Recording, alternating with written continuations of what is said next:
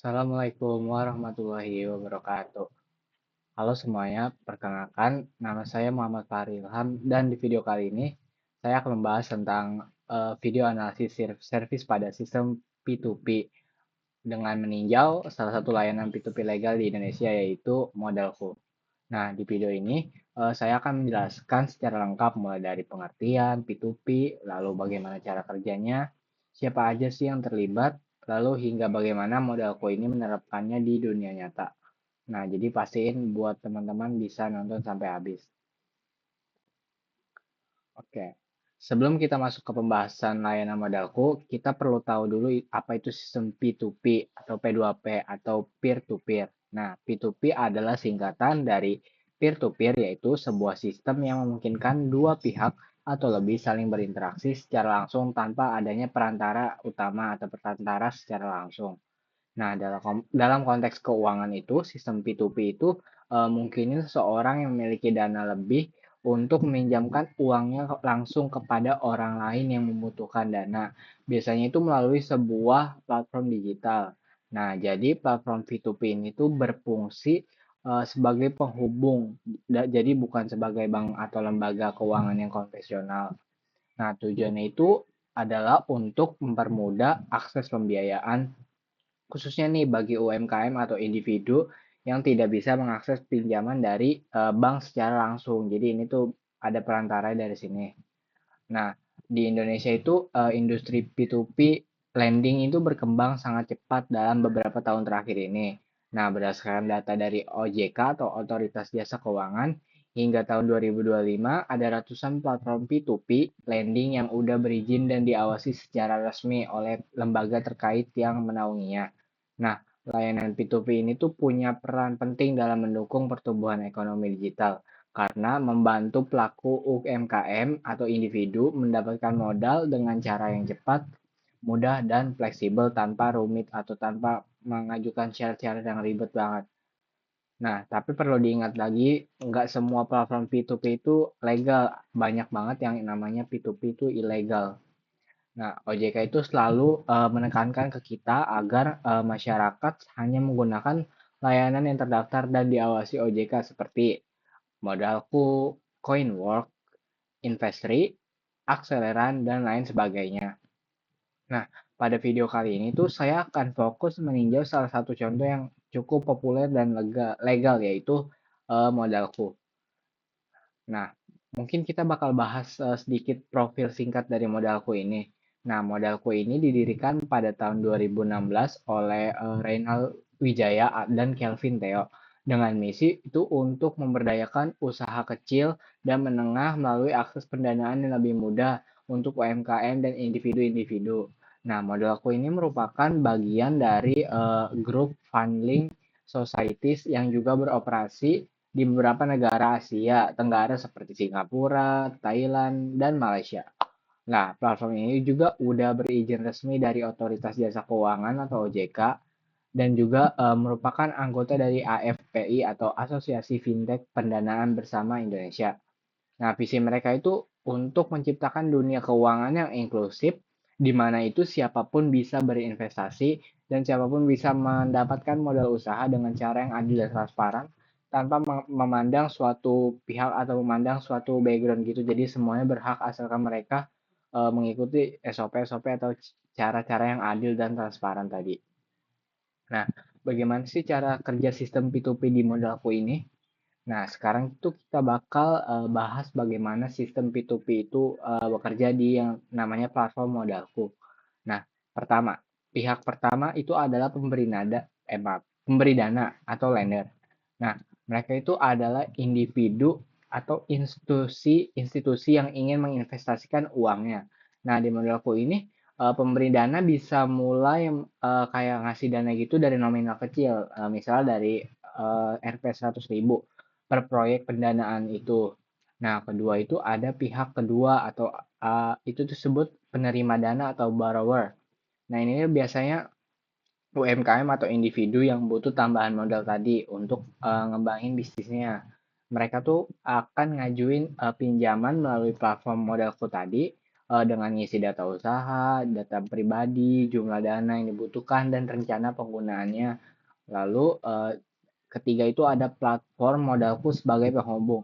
Nah itu modalku juga melakukan proses verifikasi dan analisis resiko sebelum menyetujui pinjaman. Jadi nggak ada asal setuju pinjaman karena itu tuh udah diverifikasi dengan benar oleh pihak modalku ini agar tidak ada yang namanya pencucian uang atau penyalahgunaan uang itu atau penipuan itu. Jadi bakal aman karena verifikasinya juga lumayan selama sesuai bakal di ACC atau mungkin bakal tersetujui sesuai dengan kebutuhannya. Lalu setelah itu disetujui, proyek pendanaan juga akan muncul di aplikasi modalku itu. Nah, itu tuh agar pemberi dana bisa milih proyek mana nih yang akan mereka biayai tadi dari UMKM tersebut atau individu-individu. Lalu keempat itu proses pencairan dan pembayarannya. Nah, ketika dana udah terkumpul, uang tuh akan disalurin ke peminjam. Nah, peminjam itu kemudian ngembaliin dana secara berkala, misalnya per tenor berapa bulan, biasanya sih per bulan ya, dengan bunga-bunga tertentu, dan udah perhitungannya juga ada, jadi bakal lengkap dan tidak akan merasa kayak, ini kok tiba-tiba segini karena di awal udah dikasih tahu. Nah, dana yang dikembalikan itu tuh otomatis masuk ke akun para pemberi dana tadi sesuai versi investasinya. Jadi akan langsung masuk, nggak akan kayak ditahan gitu. Nah, dengan sistem ini tadi, semua pihak itu bakal dapatin keuntungan. Pertama, peminjam mendapatkan modal. Kedua, pemberi dana itu mendapatkan imbal hasilnya. Nah, lalu platform juga memperoleh biaya lainnya. Jadi, ketiga pihak ini bakal sama-sama untung dari proses transaksi yang ada di modal ini. Nah, bagian kelima atau selanjutnya itu kita bakal bahas ke keunggulan-keunggulan dari modalku. Nah, ini tuh ada beberapa alasan kenapa modalku itu jadi salah satu layanan P2P lending paling populer dan dipercaya di Indonesia. Nah, pertama itu terdaftar pastinya dia diawasi oleh OJK. Nah, ini tuh paling penting banget. Legalitas itu memberi rasa aman bagi kita sebagai pengguna karena kalau misalnya itu tuh ilegal, nggak ada jaminan kalau misalnya kita ditipu. Nah, itu tuh lanjut kita bakal bahas yaitu kedua itu keunggulannya adalah proses itu cepat banget, mungkin cepat ya, yang ini cepat dan online. Ini tuh semuanya bisa dilakukan dari aplikasi tersebut atau dari web. Nah, mulai dari registrasi, pengajuan, hingga pelaporan intinya tuh online, nggak perlu ribet-ribet datang ke suatu tempat, apalagi yang jauh. Tinggal gunain kuota internet aja udah bisa. Lalu lanjut ada transparansi data. Nah, ini tuh modalku kayak nampilin data performa peminjaman atau data peminjaman gitu ya. Nah, tingkat pengembalian juga dan tingkat gagal bayar juga secara terbuka. Jadi, data itu bakal transparan. Jadi, buat peminjam orang yang minjamin modal atau mungkin user UMKM yang ingin minjem juga bisa ngeliat dari data-data tersebut dan mempertimbangkan keputusan-keputusan sesuai data-data tadi.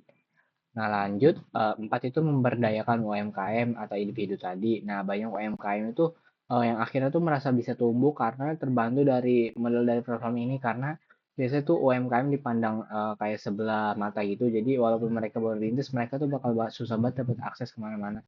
Nah, karena ada modal coin ini bisa terbantu dengan adanya platform ini. Jadi asal mereka mengisi data dengan benar, bakal bisa dibantu. Nah, lalu lanjut keunggulan itu diversifikasi risiko untuk investor. Nah, pemberi dana itu bisa nyebar investasinya itu ke banyak proyek agar resikonya itu nggak numpuk di satu tempat itu aja. Jadi itu tuh bisa kayak sepinter-pinter kita lah. Jadi kita harus memanfaatkan strategi-strategi dari penyebaran tadi. Jadi kalau misalnya bisa teman-teman sebar itu bisa jadi nggak hanya di satu itu. Jadi kalau misalnya satu itu tuh gagal, ya maaf gagal, itu yang lain masih bisa ada harapan. Tapi kalau yang itu juga berhasil, nah itu bakal nambah juga tetap.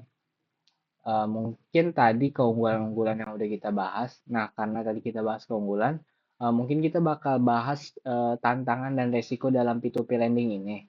Nah, tentu aja itu nggak ada yang sistem yang namanya sistem sempurna, pasti ada kekurangannya juga. Nah, dalam P2P lending ini tuh termasuk di modalku, ada juga beberapa tantangan atau resiko gitu dari P2P ini di modalku. Pertama, resiko gagal bayar atau defaultnya itu kayak gitu. Nah, meskipun udah diseleksi tadi, tetap ada tuh kemungkinan peminjam nggak bisa lunasin pinjaman tadi. Jadi ini tuh bakal ada resiko yang namanya kayak gini karena pasti dalam berusaha itu nggak selalu untung gitu. Jadi kemungkinan peminjam bisa rugi juga. Lalu resiko teknologi dan keamanan data.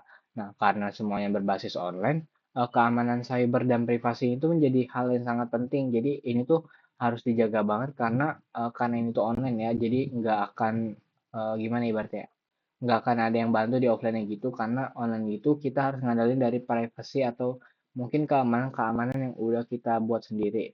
Jadi harus pintar-pintar buat ngelolanya. Lalu ada kurangnya edukasi masyarakat. Banyaknya orang yang masih nganggap P2P itu seperti bank. Padahal tuh sistemnya beda banget. Nah, modelku itu sendiri itu terus berupaya mengurangi risiko dengan sistem kredit scoring berbasis data dan pemantauan otomatis baik untuk peminjam dana yang orang yang akan meminjami dana atau dari orang yang akan meminjam dana atau UMKM tersebut. Nah, lanjut kita bakal analisis layanan modalku.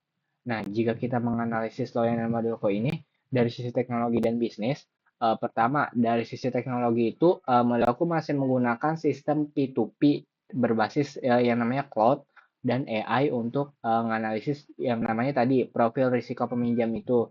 Nah, mereka tuh integrasiin data finansial dari histori transaksi dan bahkan perilaku digital peminjam untuk nilai kelayakan peminjaman. Jadi karena itu bisa ibaratnya bisa bias, jadi itu tuh masih agak kurang efektif tapi bisa juga bagus. Lalu dari sisi bisnis, modalku tuh ngambil keuntungan dari biaya layanan dan margin bunga. Tapi mereka tuh juga punya tanggung jawab sosial yaitu membantu ekonomi UMKM. Nah, dari sisi pengguna, modalku itu nawarin user experience yang sederhana banget dan enak untuk dipakai, lalu mudah dipahami dan yang pastinya aman. Nah, tadi kita udah bakal bahas banyak, mungkin karena tadi udah bahas banyak banget, kita mungkin langsung aja masuk ke kesimpulannya. Nah, jadi kesimpulannya itu sistem P2P lending itu seperti yang tadi diterapkan oleh modalku itu memberikan solusi yang inovatif dalam dunia keuangan digital. Ia tuh mempertemukan pihak yang membutuhkan modal dan pihak yang memiliki dana dengan cara yang tepat dan efisien. Namun tetap perlu kesadaran terhadap resiko tadi dan pentingnya pemilihan platform yang legal dan pastinya diawasi oleh JK. Nah, mungkin saran dari saya itu bagi yang ingin coba investasi di platform P2P lending ini, pastiin untuk melakukan riset dulu, nggak ngasal minjemin, nggak asal daftar, ya intinya harus ada riset, lalu disertifikasi investasi, dan gunain platform yang udah legal seperti modalku. Nah, oke, tadi pembahasan lengkap saya tuh tentang video analisis service pada sistem P2P itu dengan studi kasus layanan modalku. Semoga video tadi itu bisa membantu memahami bagaimana sistem P2P itu bekerja dan apa sih manfaatnya bagi perekonomian digital di Indonesia untuk UMKM, untuk investor dan pihak-pihak terkaitnya. Nah, mungkin tadi terima kasih juga udah nonton. Semoga video ini bermanfaat. Wassalamualaikum warahmatullahi wabarakatuh.